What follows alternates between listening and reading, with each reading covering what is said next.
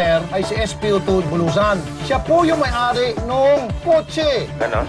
Ganon! Wanted, ngayong Biyernes pagkatapos ng aksyon journalismo.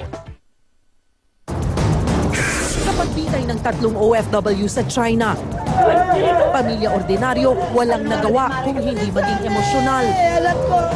Ang mga batain hindi pa rin tanggap ang sinapit ng kaanak. Pamilya ni Ramon Credo tanggap ang parusa pero binalingan siya ng sisi. Kanyang pagkamataas, yung high pride, yung mataas ang ihi, kung magtatawag, di ba? Magdamag na prayer vigil nagtuloy sa pamisa ngayong araw. Palasyo nangakong susugpuin ang bentahan ng iligal na droga. Pero nahuli nga ba sila sa balita? Our government had taken every available opportunity to appeal to the authorities of China for clemency in their cases. Sa DFA, 1 minutong katahimikan, inalay para sa mga binitay. Publiko nakiisa sa pakikiramay sa mga naulila ng 3.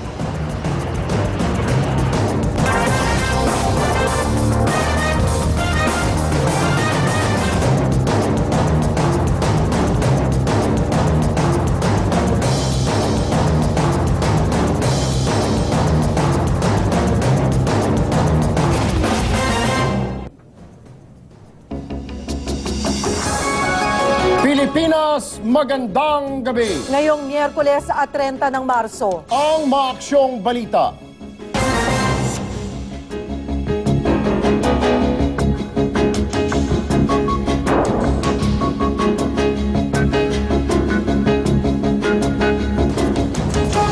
Simulan po natin ang aksyon sa malungkot na balita ng pagbitay sa mga kababayan natin sa China kanina. Nagluluksa ngayon ang pamilya ng 3 OFW na binitay kanina bago mananghali. Pero hindi rin sila nakapagpigil na maglabas ng sama ng loob sa mga nagbaliwala raw sa kanilang apila. May live report si Romel Lopez mula sa bahay ng pamilya ordinaryo sa Batasan Hills, Quezon City. Romel, ano na ang latest dyan? Yes, Erwin, dumating na nga yung kinatatakutan ng pamilya ni Sally Ordinario Villanueva. Ito nga yung pagbitay sa Pinay OFW at kagaya ng inaasahan, hindi ito matanggap ng mga kaanak ng biktima. Nanlalambot at pigilang luhang humarap sa media ng nakababatang kapatid ng OFW na si Sally Ordinario na si Mirasol Delfinado. May 1 oras din silang nagkulong sa kanilang bahay dito sa Batasan Hills, QC sa panahong kumpirmado na ang pagbitay sa 3 Pinoy. Hindi napigilang maglabas ng sama ng loob ng naulilang kapatid, lalo na't hindi man lang daw pinakinggan ng bansang China ang kanilang mga apila. Pusa ay binigay sa kanya ng mga taga-China. Pero ang masasabi ko lang, tao ang kapatid ko, hindi siya hayop. Sana man lang pinakinggan nila yung mga apila natin. Nagpasaring pa si Mirasol sa bansang China. Sabi niya, karamihan sa mga kaso ng droga rito sa atin, sangkot ang kanilang mga mamamayan. Maging ang ating sariling gobyerno, hindi nakaligtas sa galit ni Mirasol. Mayroon din talaga, isa na ang DFA. Isa na rin ang gobyerno natin. Kumbaga, hindi nila pinagtuunan ng pansin yung kaso ng ate ko. Ang kinalulungkot pa ni Mirasol, siyempre ang bitay sa nalalapit na graduation ng panganay ni Sally. Yan ang regalo ng gobyerno sa pamangkin ko at anak ng ate ko. Regalo nila, bangkay ng kapatid ko, bangkay ng ina niya. Bago ang bitay, magdamag na nag-vigil ang pamilya ordinaryo kasama ang ilang grupo. Umaasa sila na magkakaroon ng milagro. Pero sa huli, nauwi rin sa wala ang apila nila sa gobyerno ng China. Erwin, sa kasalukuyan nga wala pang plano itong pamilya ordinaryo kung saan nila ibuburol ang labi ni Sally. Lalo na sa pagkakaalam nila ay medyo matatagalan pa yung pag-uuwi nila ng labi ni Sally dito sa bansa. Pero inaasahan naman na anumang oras bago maghating gabi, lalo na malamang mga bago raw mag alas 10 ng gabi ay narito na sa Batasan Hills yung mga kaanak ni Sally na dumalaw nga sa kanya doon sa bansang China. Nakikiusap naman yung DSWD sa ating mga taga-media na bigyan ng konting privacy itong pamilya ordinaryo na nagluluksa nga dahil sa pangyayari. Erwin? Romel, ano na ang latest dyan? Kasi mukhang wala nang mga tao dyan na kanina ay napakadami ng tao at ngayon ay ano na ang plano ng pamilya? Where do they go from here? Erwin, sa kasalukuyan nga ay medyo nagpapahinga yung ilan sa mga close relatives nitong si Sally, lalo na't ilang araw nga silang pagod na pagod sa pagtutok nga rito sa pag-asa nga nila na hindi na matutuloy yung pagbitay kay Sally. Pero yun nga, wala pa silang napag-uusapan dahil devastated pa sila sa pangyayari. Pero siguro pag-uwi daw nung ilang mga kaanak nila galing sa China, doon nila mapag-uusapan ito maya-maya. Darating din ba yung anak ni Sally dyan sa Batasan kung dyan siya ibuburol ngayon or hindi pa nila talaga malaman kung ito'y dadalhin sa Isabela o dyan ibuburol sa Batasan? Yan, Erwin, yun ang hindi pa natin sigurado, yun din ang gusto nating malaman, kaya lang wala pa nga silang maisagot sa atin. Siguro naiintindihan natin dahil hanggang sa mga oras nito ay nagdadalamati sila dahil nga ron sa pangyari. Maraming salamat sa iyo, Romel Lopez. Pansamantala ring tumigil sa trabaho ang marami sa ating mga kababayan para subaybayan ang mga huling sandali ng mga binitay na OFW. Nag-alay din sila ng dasal para sa tatlo at kanilang pamilya. Ikwento mo, Marlene Alcaide. Saktong alas 12 ng tanghali, nag-alay ng 1 minutong katahimikan ng Department of Foreign Affairs. Ito kasi ang oras na nakumpirma ng DFA, wala na sina Sally Ordinario Villanueva, Ramon Credo at Elizabeth Batain. Sabay-sabay nag-alay ng dasal ang mga empleyado para sa binitay na tatlong OFW. We're truly sorry for the loss of the loved ones that they're about to endure today, and we will pray for them. Isang moment of silence din ang inialay ng CBCP para sa tatlo. Kasunod nito ang isang misa. Sa kanyang homily, sinabi ni Father Edwin Coros na hindi dapat sisihin ng China kundi ang ating gobyerno na nagkulang daw na pangalagaan ang may hirap sa bansa.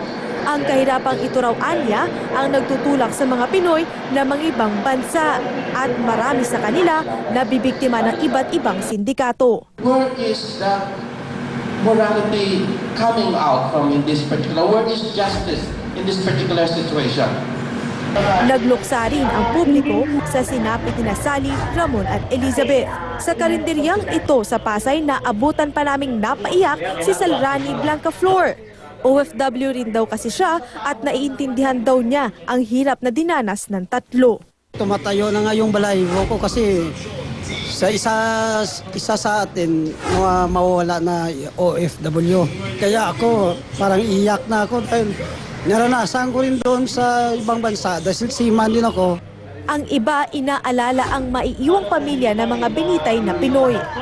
Masakit na yun bibitayin yung kababayan natin. Kaso lang wala na tayong nagawa naman ng ating gobyerno na tulungan sila. Parang ayaw mo nang tumakbo yung oras eh. Parang gusto mo talaga yung makasama sila ng matagal pa.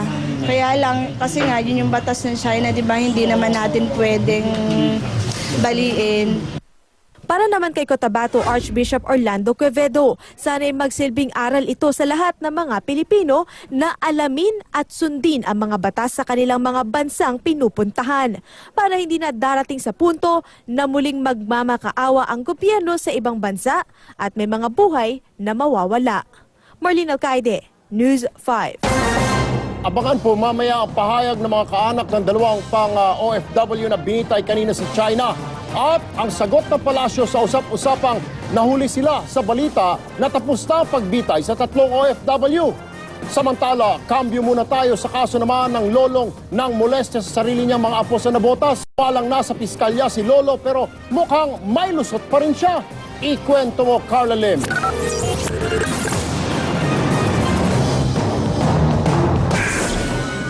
Muling nagharap-harap sina Ana, Marie, Ella at ang kanilang lolo Antonio. Sa pagkakataong ito, hindi na sa bahay o sa kama, kundi sa piskal. Kapansin-pansin ang distansya ng magkakapatid sa kanilang lolo. Saka lang silang nagkalapit nang manumpana ang magkakapatid. Matapos pag-aralan ng mga salaysay at ebidensya, naglabas na ng desisyon ang piskal. Si Lolo Antonio kinasuhan ng rape dahil sa ginawa niya kay Ana. Pero makakalaya si Lolo oras na makapagpiyansa ng 120,000 pesos. Ang panghihipo naman kina Ella at Marie, iimbestigahan pa ng piskal. Isang bagay na ikinadismaya ng ama ng mga bata. Gusto ko sana habang buhay na pagkabilang ko. Magano pa rin ako. Gagawa pa rin ako ng another na ibang akbang. Hanggat maaari, madiin siya sa kaso. May iba't ibang level ang kasong rape, kabilang na yung puwersahang ginahasa at yung gumamit ng bagay maliban sa ari tulad ng daliri sa panggagahasa. Kapag puwersahang ginahasa, ang parusa, 40 taong kulong at di makakapagpiyansa ang sospek. Kapag katulad ng nangyari kay Ana na daliri ang ginamit, ang parusa, prison mayor o 6 hanggang 12 taong pagkakakulong.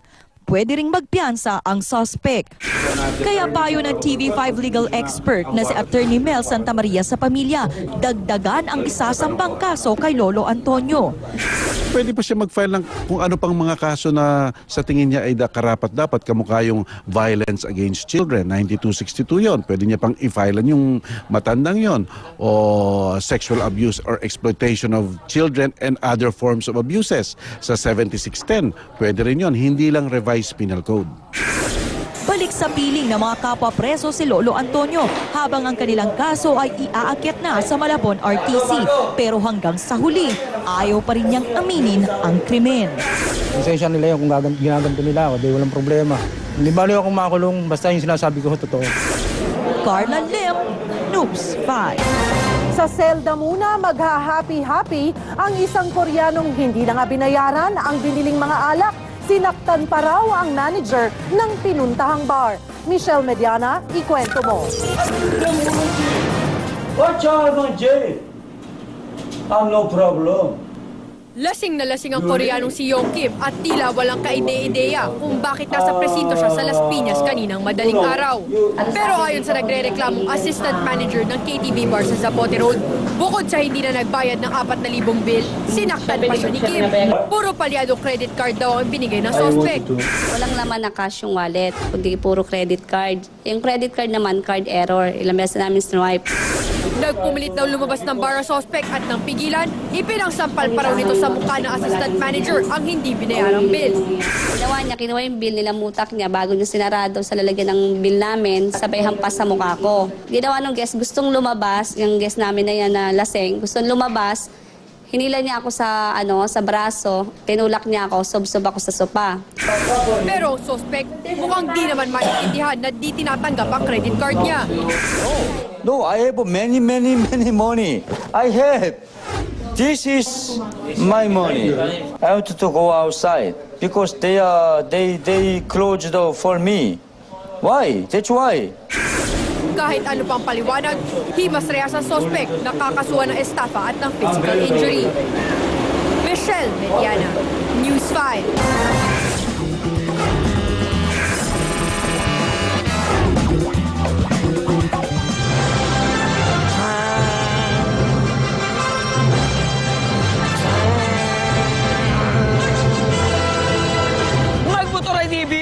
Ang peligro hindi malayo, lalo't delikado, baka di ka makatayo. Pero may eksperto, heto, tingnan niyo po. May helmet man sila kapatid, biyahe pa rin, mapanghanib. Umupo sa hangin, headstand sa manubela. Mataas na pangarap.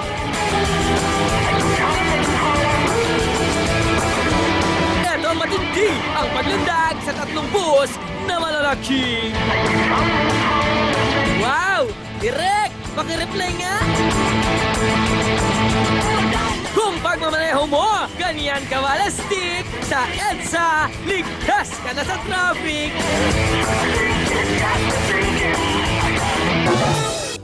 Trivia time na tayo naman! Motorcycle! Most expensive po ito!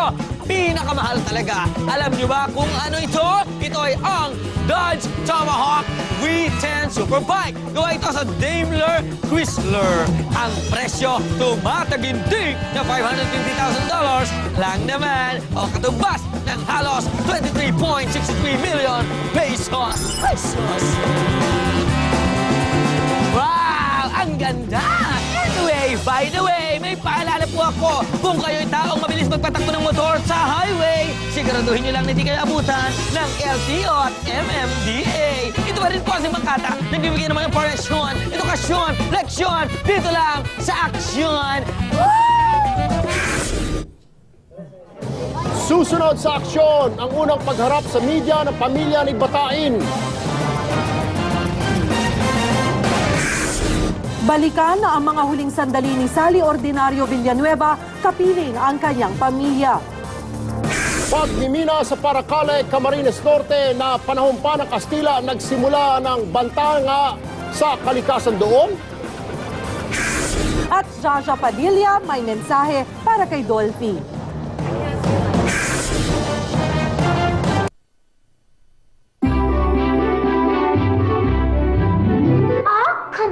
Has been expanding and is exploring who can best help in managing sudden risks to our business. We are delighted there are professional insurance brokers here, just like in the UK. Our board is most impressed by your being the largest all-Filipino broker and that you offer a highly professional approach for your clients. Yes, we will do a risk audit. Our risk engineers and account managers will, number 1, help identify exposures. Number 2, measure these exposures. Number 3, suggest ways to minimize or avoid them. And number 4, present choices in ways to absorb loss if it occurs. Yes, absolutely. Insurance will be your last resort. Here's our card.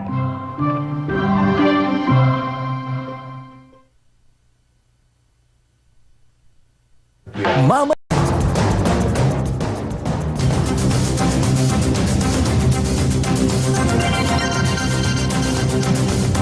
Bago pa makumpirma ng palasyo ang pagbitay sa mga OFW sa China, lumabas na ang ilang balita tungkol sa pagkamatay ng 3. Nahuli nga ba sa balita ang Malacanang? Ikwento mo, Ina Zara.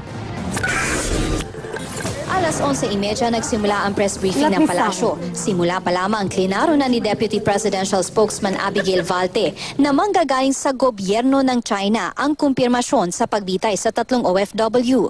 I understand the DFA has said that out of respect to the families and to the 3 Filipinos, they will not issue any statements as to any confirmation or any denial. Any confirmation of the carrying out of the sentence as respect to the 3 and to their family. So talagang manggagaling na po ito sa gobyerno ng China. Pero mag-aalas 12 ng tanghali, isang text message galing sa DFA ang natanggap namin. Mag-aalay daw ng 1 minutong katahimikan ang DFA para sa alaala ng 3 OFW. I'm not quite sure if that's a confirmation, but rather than a notice that they will be observing a moment of silence at 12. However, once we do get confirmation, we will release a statement on the matter. Ma'am, nakalagay kasi in the memory of the 3, tapos God bless their souls. Parang ano na siya, ma'am? And from Bombo Radyo, this is... Yeah.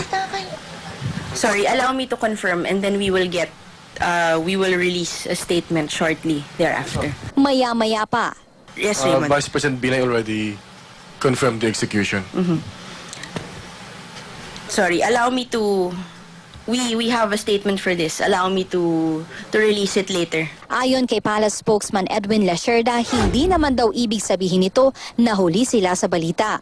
This is what we got from the DFA. The execution was a private matter, so we don't know exactly, and the DFA was not aware of the exact time of the execution. Nang mga oras na binibitay ang tatlong OFW, nasa private meeting daw si Pinoy kasama ang mga leader ng CBCP. Pinag-uusapan nila ang Responsible Parenthood Bill. Nang makumpirma ang balita, kasama ng Pangulo ang mga pari na nagdasal sa chapel ng Malacanang. He wanted to know kung kamusta na, and when I told him that based from a text from Sek Malaya that they were already been executed, he became a bit he was silent. All of us moved from the guest house to the palace, chapel in the palace. So we prayed for a few minutes for the souls of the 3 Filipinos. Ipinagtanggol din nila Sherda ang mga naging hakbang ng palasyo para maisalba ang buhay ng tatlong OFW. You cannot blame the Philippines for going against that. They have their own laws. While we have voiced our reservations against death penalty, still and ultimately it's the laws of the country of China which would have to be enforced. Mensahe pa ng palasyo sa mga pamilyang iniwan nila, magpakatatag sila. Kasabay nito, nangako din ng Malacanang na pananagutin nila ang mga sindikato na naging mitsa para mabitay ang tatlo. We are resolved to ensure that the chain of victimization as pushers and trap and destroy lives in pursuit of their trade will be broken. Ina Zara, News 5. Ilang linggo ring sinubaybayan ang kwento ng mga huling araw ng tatlong binitay na OFW sa China. Balikan po natin ang mga pangyayari sa report ni Eric Montas. Taong 2008 nang maaresto sina Sally Ordinario Villanueva, Elizabeth Batain at Ramon Credo. Nahulihan silang nagpupuslit ng drogang heroin papasok ng China. Base sa batas ng China, ang sinumang mahulihan ng 50 gramo pataas ng droga sa kanilang bansa ay may kaparusahan na kamatayan. Ang nahuling droga kay Sally at Ramon, higit 4,000 gramo. Kay Elizabeth, halos 7,000 gramo. Tumakbo ang kaso ng tatlong OFW sa China ng higit 2 taon na hindi nalalaman sa Pilipinas ang kanilang sinapit. Pero nitong taon, pumutok sa Pilipinas ang hatol na bitay sa kanila ng People's Court of China. February 21 ang itinakdang bitay kina Sally at Elizabeth. February 22 naman kay Ramon. Bago ito, naaresto sa Isabela ang sinasabing recruiter ni Ordinario at nagpadala raw sa kanya ng droga na si Tita Kakayan. Nakadetain pa rin siya hanggang ngayon sa NBI. Dali-dali namang nagpadala ng emisaryo ang gobyerno sa China para subukang iligtas ang buhay ng tatlong OFW. February 18, tumulak sa China si Vice President Jejomar Binay. Kinabukasan, umuwi si Binay bitbit ang balitang pinagpaliban ang bitay ng tatlo at pag-aaralan muli ang kanilang kaso. Pero nitong 23 ng Marso, pinaalam ng China ang masamang balita sa Department of Foreign Affairs. Tuloy ang pagbitay kina Sally, Ramon at Elizabeth ngayong araw at 30 ng Marso. Eric Montas, News 5. Marami pang Pinoy ang nakapilang ngayon sa death row sa iba't ibang bansa. Ayon sa datos ng migrante, nakatakdang bitayin ngayong taon si Dondon Lanuza, isang OFW sa Saudi Arabia. Ang kaso ni Lanuza, murder. Noong 2008, sumulat pa si Lanuza sa gobyerno para humingi ng tulong para sa kanyang pamilya.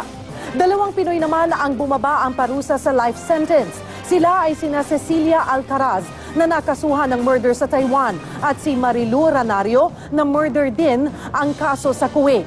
Si Jakatia Pawa naman na nasa Kuwait din, wala pang balita sa murder case niya. Sa kabuuan, 125 na mga Pinoy sa buong mundo ang nasa death row. 78 dito nasa China at lahat dahil sa droga.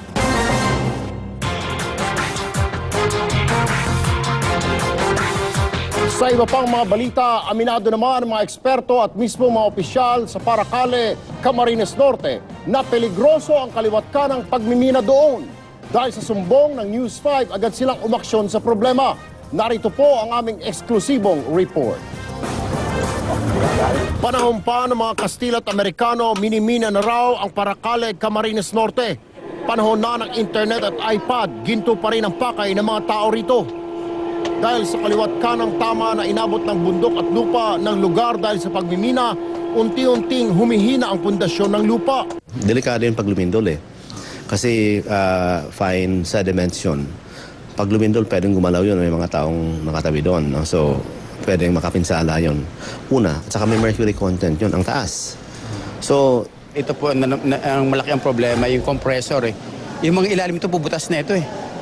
Pero ang problema, hindi lang lupaan ang minahan ng apektado, maging ang mga likas na yaman, ramdam na raw ang epekto ng pagmimina. Nung nag-umpisa silang mag-operate or explore, nag-umpisa naman na mula yung tubig ko. Hindi regulated ang pagmimina sa amang parte dito sa Camarines Norte ayon na rin sa mga minero. Kaya naman ang pamahalaan, wala ring pakialam sa kanilang kaligtasan. Dahil sa sumbong ng News 5, agad inaksyonan ng pamahalaan ang problema.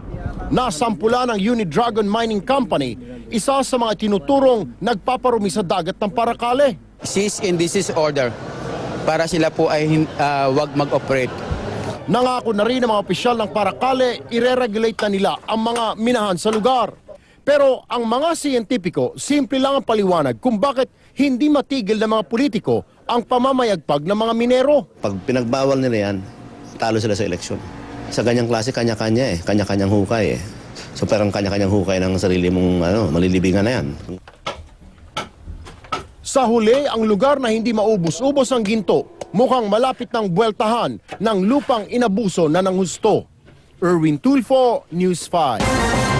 Bukas po ang expose at aksyon sa mga kapatid nating may reklamo at may pruweba ng mga kabulastugan ng isang opisina o kawani ng gobyerno. Sa mga gustong tumulong magsiwalat ng katiwalian, mag-email lamang sa news5action@gmail.com o tumawag lang po sa aming hotline na naka-flash sa inyong screen ngayon. Makakasiguro kayo ng agarang aksyon.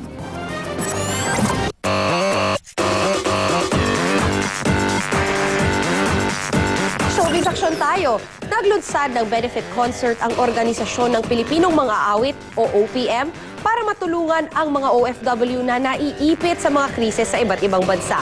Jeff Fernando, ikwento mo. Mga Pinoy na naiipit sa kaguluhan sa Middle East at mga OFW na nakakaranas ng magkakasunod na trahedya sa New Zealand at Japan. Sila ang nagtulak sa Organisasyon ng mga Pilipinong Mga Awit or OPM para ilunsad ang proyektong Balik Bayani, isang fundraising concert na naglalayong tulungang makabangon ang mga OFW na nagigipit sa ibang bansa. Maganda siguro kumilos tayo. Tayo mismo ang gumawa ng paraan kung paano tayo makakatulong. So, this is just one of them. Pinangungunahan ng mga pinakasikat na mga awit sa industriya, ang benefit concert na magaganap sa Araneta Coliseum sa April 14. Kabilang dito sina Gary Valenciano, Lea Salonga, Ogie Alcacid, Jamie Rivera, Christian Bautista, Bandang Aegis at marami pang iba. They can do they could make use of the talents that were given to them. I think what Ogie is doing is a start and a way of inspiring other people to do something in their own little way. Nakikisimpatya at nakikidalamhati rin ng OPM sa 3 OFW na binitay ngayong araw sa China. Nakikiramay kami sa mga kamag-anak nung na-execute na na kababayan natin, no? And our heart goes out to them. Si Mr. Pure Energy nga, nais maghandog ng awitin para sa mga naulila ng 3 binitay na Pinoy. As a musician, I know how music can change someone's life, and I hope that to the families left behind, I hope and I pray that through the music I've been blessed with, I hope the music can bless you as well. Jeff Fernando, News 5.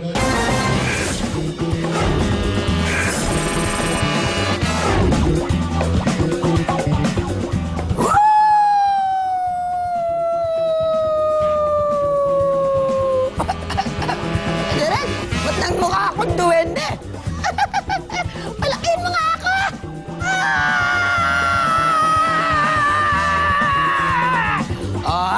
Lumaki nga lahat. Knock, knock!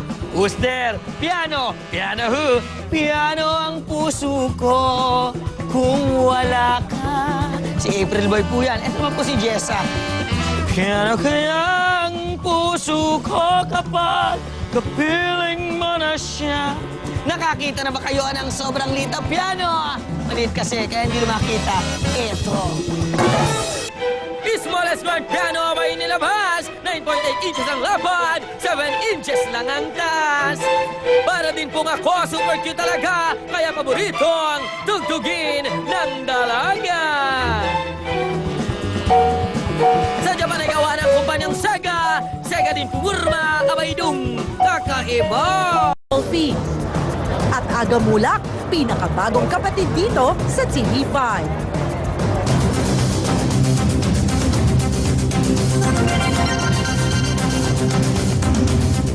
Imbes na kaawaan, tila nasisipa ng kanyang biyenan ang isa sa mga binitay na OFW sa China na si Ramon Credo.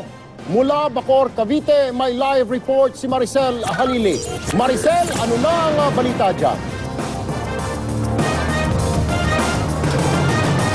Erwin, hindi na nga nahintay pa ni Ramon Credo ang susunod niyang kaarawan na ipagdiriwang sana sa susunod na linggo. Ito ay matapos nga magdesisyon ng pamahalaan ng China na ipatupad na ang pagbitay sa 3 Pilipino na naroroon sa kanilang bansa. Sa mga oras na ito ay mas tahimik na ang paligid ng bahay ni Ramon Credo dito sa Bacoor, Cavite at nasa loob na ng kanilang mga tahanan ang pamilya ni Ramon para magpahinga matapos ang magdamagang vigil hanggang kaninang umaga. Sa halip na pangungulila, galit ang nangibabaw ngayon sa biyenan ni Ramon Credo na si Francisco Peralta. Bukod daw kasi sa iniwan ni Ramon ang asawang si Sol at anak na si Chloe, wala naman daw ibang dapat sisihin sa pagpitay kundi si Ramon din. Pinatulan daw kasi ni Ramon ang recruiter na si Presi Evangelista na siya raw nagtulak sa kanya na pumasok sa illegal na droga. Kasalanan din ni Chito. Kasalanan ng buhay, kasalanan ni Chito. Nagpaano sila sa tawag ng laman. Anong gagawin natin? Pero kahit na naging pasaway na manugang, masakit pa rin para kay Aling Cornelia ang sinapit ni Ramon. 4 na taong gulang pa lang daw kasi ang apo niyang si Chloe. At ngayong wala na ang ama, nag-aalala sila sa magiging kinabukasan ng apo. Idalangin niyo rin po sila. Patangkapin na ating Panginoon. Ang 3 nabitay. Pero ang pinsan ni Ramon na si Lori, tila pinagsakluban ng langit at lupa nang mabalitaang wala na si Ramon. Sana tulungan kami ng gobyerno. Maawa naman sila sa pinsan ko kasi hindi naman siya masamang tao. Pinitiman niya, ginawa niya ganyan. Wala namang ibang maalala ang tiyahin ni Ramon na si Aling Esperanza, kundi ang kabutihan daw ng pamangkin na itinuring niyang sariling anak.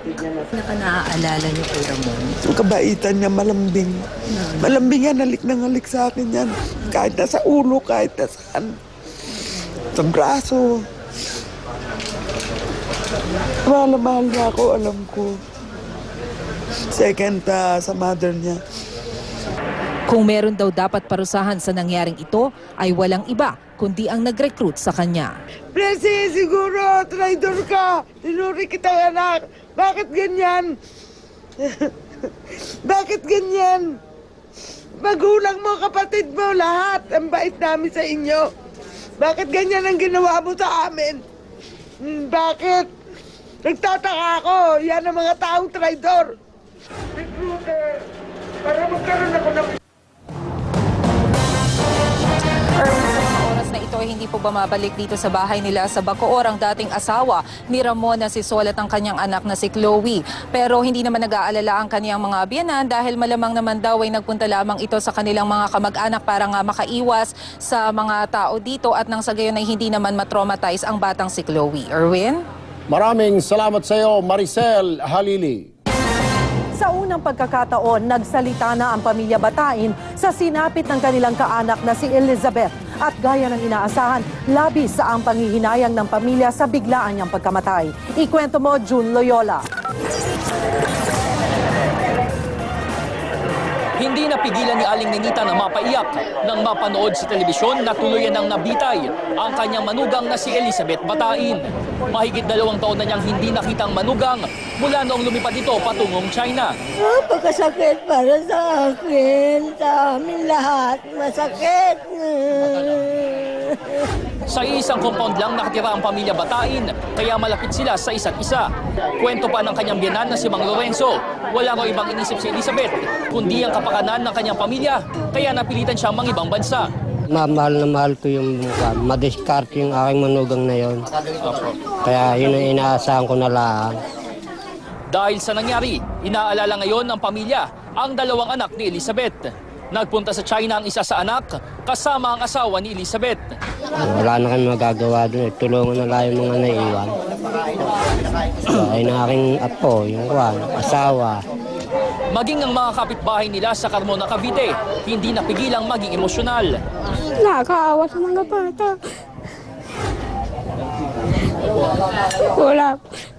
Walang sasabihin talaga, hindi magagawa talaga, mabait talaga siya. Agad namang nagtungo sa tahanan ng mga batain ang mga taga-lokal na pamahalaan ng Carmona upang ipaabot ang kanilang pakikiramay. Nangako silang hindi pababayaan ang mga naulila ni Elizabeth. We will extend all the help we can give them as soon as lumapit na sa amin yung family. Sa ngayon, wala pang plano para sa burol at libing ni Elizabeth ang pamilya Batain. Pero posible daw na sa probinsya ng Quezon dalhin ang labi ni Elizabeth dahil naroon ang kanyang mga magulang. Jun Leola, News 5. Di tulad sa Pilipinas na may tumatayong witness sa mga isinasagawang lethal injection, sa China pinagbabawalan ito. Ano nga ba ang nangyayari sa isang preso na binibitay sa pamamagitan ng lethal injection? Ikwento mo, Eric Montas. Bago ang tinagdang bitay, kinasali Villanueva, Ramon Credo at Elizabeth Batain. Isang oras muna nilang nakapiling ang kanilang mga pamilya. Matapos nito, pinasahan na ang tatlo ng hatol sa kanila ng korte ng China. Saka sila idiniretso sa isang special room kung saan isasagawa ang lethal injection. Dito na sila nakakuha ng huling basbas sa paring. At bago nga magtanghali, natapos na ang pagpataw ng parusang bitay sa kanila. Sa oras ng bitay, dadalhin sa tinatawag na death chamber ang preso kung saan ihihiga siya sa tinatawag na gurney. Dito na siya tuturukan ng 2 swero sa magkabilang braso kung saan idadaan ang lethal injection. Laman ng 2 swero ang kemikal na sodium pentothal na nagsisilbing anesthesia o pampatulog. Kapag nailagay ito, wala nang mararamdaman ang preso. Dito na ipapasok ang pangatlong swero kung saan isang saline solution ang ituturok. Matapos ito, papadaluyin na sa ugat ng preso ang 2 swero ng kemikal na pancuronium, isang paralyzing agent na nagpapatigil sa paghinga ng tao. Isusunod na ang swero na naglalaman ng potassium na siya magpapahinto naman sa pagtibok ng puso ng preso. Kapag nailagay na lahat ng mga kemikal, titignan ng doktor ang preso at sisiguruhing patay na ito bago opisyal na ideklara ang kanyang time of death. Kung nakaugalian na sa ibang bansa at maging dito sa Pilipinas dati na panoorin ng mga kaanak at ibang witness ang pagbitay sa mga preso, sa kaso nila Sally, Elizabeth at Ramon, pinagbawalan ang kanilang pamilya na makita ang kanilang bitay. Base na rin sa batas ng China. Eric Montas, News 5. Silipin naman natin ang mismong nangyari sa pagbitay kanina kina Ramon Credo, Sally Ordinario at Elizabeth Batain. Mag-aalas 8 ng umaga nang dumating ang pamilya Credo at pamilya Ordinario sa No. 1 Detention House sa Xiamen. Matapos ang isang oras, dumating na rin ang pamilya ni Batain sa No. 3 Detention House sa Shenzhen. Matapos ang ilang saglit, binasa na ang final and executory sentences sa mga Pinoy. 10:40 ng umaga, binigyan ng lethal injection sina Credo at Ordinario. 11:18 naman si Batain ang binitay. Alas 12 hanggang alas 12:30 inanunsyo na ang ginawang pagbitay. Nabisita na rin ng mga pamilya ang mga labi. 10 minuto bago mag-alas 2 na ibigay na mga dokumento sa pamilya ni Credo at Ordinario tulad ng death certificate at passports ng mga namatay. Na-cremate na ang mga labi ni Credo na ibigay na rin ito sa kanyang pamilya. Ang bangkay ni Ordinario ipapadala pabalik ng Pilipinas. Inaayos pa sa ngayon kung ano ang gagawin sa labi ni Batain. Nakausap pa ni Sally Ordinario Villanueva ang kanyang pamilya na nasa Xiamen bago siya tuluyang binitay. 1 oras lang tumagal ang pagkikita, pero hindi raw ito malilimutan ng mga kaanak. Ikinwento sa amin ng pamilya Ordinario kung ano-anong huling bilin sa kanila ni Sally. Narito ang report. Pinakamatagal na 1 oras. Ito ang natatandaan nila Mang Jeronimo, Nanay Edith at mga kapatid na sina Maylene at Jason Ordinario nang makita at makausap nila sa maliit na kwarto si Sally. Buhay pa siya noon, pero bilang na ang mga huling oras. Nung papunta na po kami doon sa parang maliit lang po na kwarto na nakalaan po para sa pagbisita nga po. Sinilip ko po muna yung pinto. Ako po yung unang sumilip eh. Pagsilip ko nakita ko yung ate ko, umiiyak ako agad. Umiyak ako agad. Umiyak din yung ate ko. Katatapos ng bumisita ng pamilya ordinaryo kay Sally, nang eksklusibo silang makausap sa telepono mula China. Muli ang ilang mga drug pusher sa Hong Kong. Itago na lamang po natin siya sa pangalang Mercy. Nasa telepono po siya namin ngayon. Magandang gabi, Mercy. Magandang gabi rin po. Yes, ma'am. Pakikwento nyo nga sa amin kung paano ang kalakaran sa pag-i-smuggle ng droga at paano pinipili ang isang drug mule. Paano rin po ito ipinupuslit sa airport? Actually, pagdating sa mga droga, napakahirap po dahil life and death po yung laro po namin. Ngayon po, pagdating po sa airport, minsan may mga dinadaanan po kami na airport talaga na kung kunwari itong mga sindikato, is kakutsaba nila minsan, itong mga nandito mismo sa airport. Sino-sino po mga kasabwat dyan? At saan nagagaling po yung droga na bit-bit ninyo? I understand kayo po ay naging drug mule, pero nakipag-coordinate po kayo sa pamahalaan. Yes sir po. Mostly po nanggagaling po dito po sa South America, especially Peru, Brazil, kung saan po free visa yung mga Pilipino po. Doon po nanggagaling po yung sources po ng cocaine at heroin po. Okay, ma'am. Hindi po ba na-monitor ng mga otoridad natin dito yung paglabas ng droga at bit-bit po ng isang drug mule yan? Hindi ba na-monitor yan? Di ba may mga aso tayo dyan sa airport? May mga x-ray, ika nga? Actually, based on my experience, sir, may pumasok at natanggap po namin na yun yung ginawa po namin operatiba last year ng PDEA na nakalusot po talaga sa airport po natin, which is 100% na nakalusot po at nakuha po namin ng PDEA. Okay. Magkano naman po ang binabayad sa mga nagpupuslit ng droga? Ito po ba sagot nila yung mga accommodation ninyo? Yung lahat-lahat po ng binabayad sa inyo, magkano? Total, sir, pag successful po yung operation is pinakamababa, $4,000 po. Cash po yun, iabot sa iyo pag okay po yung operation. Ito ba ibinibigay sa iyo pag naibigay mo yung droga doon sa kausap mo sa Hong Kong o sa China? Yes, sir. Minsan Pilipino rin po, kapwa Pilipino rin po natin ang tumatanggap po at yun sila yung mismo rin nagpapasa sa mga Chinese or mga WADs. Okay, linawin. Po nila. Alright, linawin lang natin, Mercy, ano? Ang ibig bang sabihin, yung mga dadala ng droga, alam niya ang peligrong pinapasok nila? Probably po, sir. Alam po nila. Okay. Sila ba ay sinasabihan na itong bit-bit mo ay may laman na droga? Kasi ang pagkakaintindi ko dyan, mukhang sinasabi yata nung mga recruiter na itong dala mo, may drug to at kailangan umiwas ka sa mga ganito, sa mga ganon para makaiwas ka, di ba? Minsan po mayroon din po tayong recruiter, sir, na hindi talaga nila sinasabi yung totoo. Kagaya po nung kami. Ako, yung kapatid ng kaibigan ko, nung nirecruit po nila kami, sabi na magbabantay lang kami sa isang boutique. Pag naubos po yung stock nila, nakukunin namin sa China. Na yung pala, pagpunta namin ng China, may bit-bit na kami droga. Okay. Ano naman mga ipapayo mo sa mga kababayan nating nasisilaw sa malaking pera kapalit ng pagdadala ng droga? Actually, hindi lang po, gusto ko manawagan po para sa mga ahensya po natin, lalong-lalo po sa ating mga Pangulo. Kasi marami pong kami mga follow-up operations, sir, which is napalitan na po yung direktor ng PDEA sa DDGO po, na si Gerald Santiago. Naputol na po lahat yung mga operation namin sa pagdating sa WADS po, sir. Sila Major Marcelino, si Major Roy, saka si Major Lopez po. Sila po hindi po tumitingin sa pagdating po sa pondo. Trabaho muna bago pondo. Ngayon, nakatenga po kami, hindi kami nakakapagtrabaho sa WADS. Gigil na gigil po kami para makapaghiganti sa mga WADS. And then, yung mga kababayan natin, wag na po nating hayaan na may mangyari uli na ganito, yung 3 Pilipino na nangungulila, hindi lang pamilya nila, kundi buong sambayan ng Pilipino. Panghuli na lamang, Mercy, I understand, isa sa mga kapatid mo ngayon ang nakalinya sa death row din at kaya ka tumutulong dahil may balita o may balitaan ka na kapag natulungan mo ang pamahalaan ay nakocommute yung kanyang sentensya.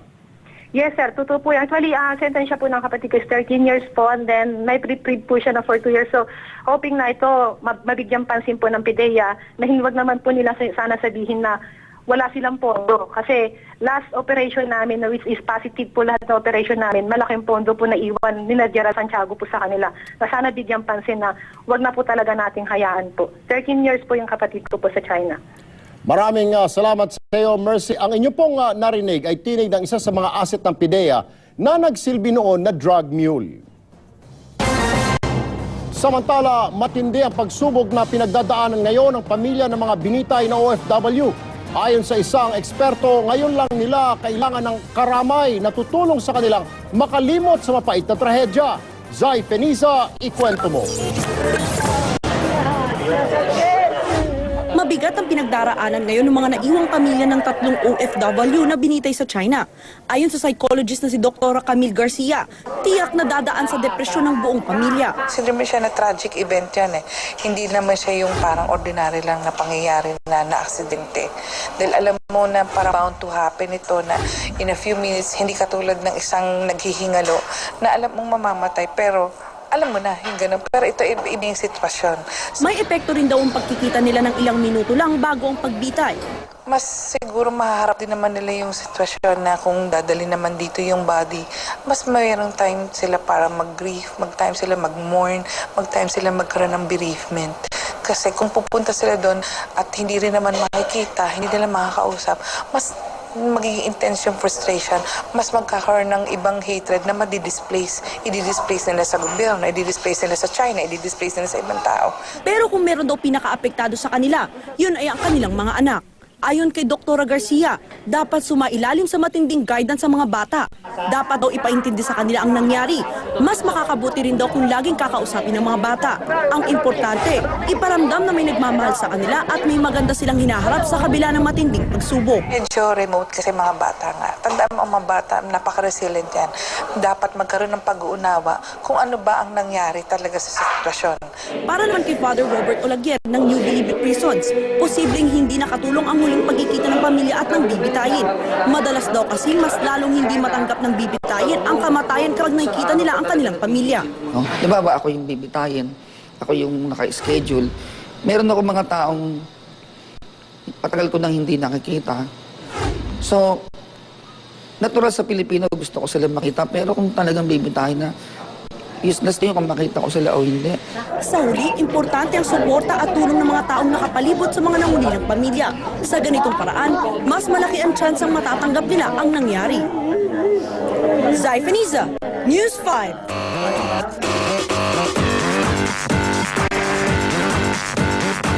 Showbiz action ulit tayo. Matapos mapabalitang pumanaw na, mismong si Jackie Chan ang nagkumpirma na alive and kicking pa siya. At Shasha Padilla ipinarinig ang kantang kinompose daw niya para kay Dolphy. Laila Chicadora, ikwento mo. Chika number 1. Nabulabog ang netizens nang kumalat kamakailan ng balitang inatake sa puso at namatay si Jackie Chan sa Los Angeles, California. Naging hit na topic pa nga ito sa Twitter at Facebook. Pero nang itrace ang ugat ng chismis, nanggaling pala sa isang peking website sa Australia. Kaya para matanggal ang agam-agam ng mga fans, nilinaw mismo ng Chinese superstar sa kanyang official Twitter at Facebook account na alive and kicking pa siya. Chika number 2. Never surrender sa paggawa ng mga orihinal na kanta ang mensahe ni Jaja Padilla sa kanyang mga kapwa Pinoy artist. Mas nakaka-challenge para sa aming mga artists na kami mismo gumagawa ng sarili namin mga kanta. I don't think we should stop. So, dapat ganun lang ang attitude.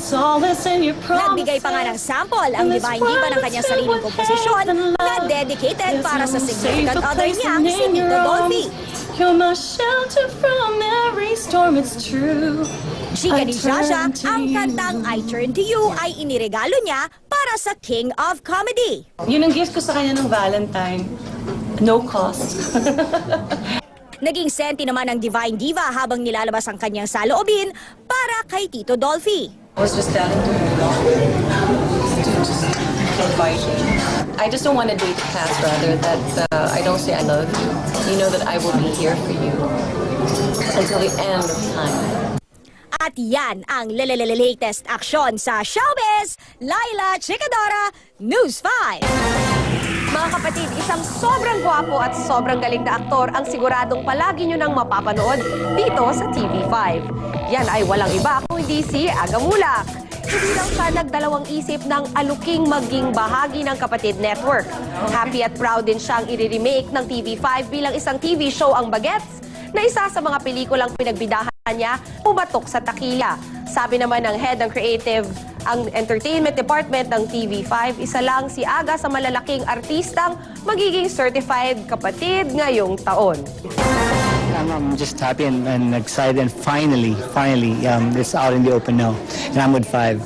Continue pa rin yung growth ng TV5 at welcome lahat, whether big star, as big as Aga, or a totally new star, di ba, na galing kunyari sa mga star factor natin. Marami tayong wini-welcome. Well, sa aming bagong kapatid na si Aga Mulak, welcome. And at the same time po, ang aming pong taus-pusong pakikiramay mula po sa TV5 family and Radyo 5 family ay ang aming pong taus-pusong pakikiramay sa pamilya nila Sally, nila Ramon at saka Elizabeth. But then again, let's all learn from this. Lalo na yung mga OFWs na palabas ng ating bansa. Nako, napakadami pa noon na Sherry. Mahigit 72 pa ang nakapila. At yan ang isang oras na mga aksyong balita. Mga balitang pundasyon ng matalinong opinyon at konkretong solusyon. Dahil higit sa balita, aksyon. Susunod na po ang andar ng mga balita sa Action TV, Channel 41 po yan. At dito naman sa TV5, Willing-Willy na.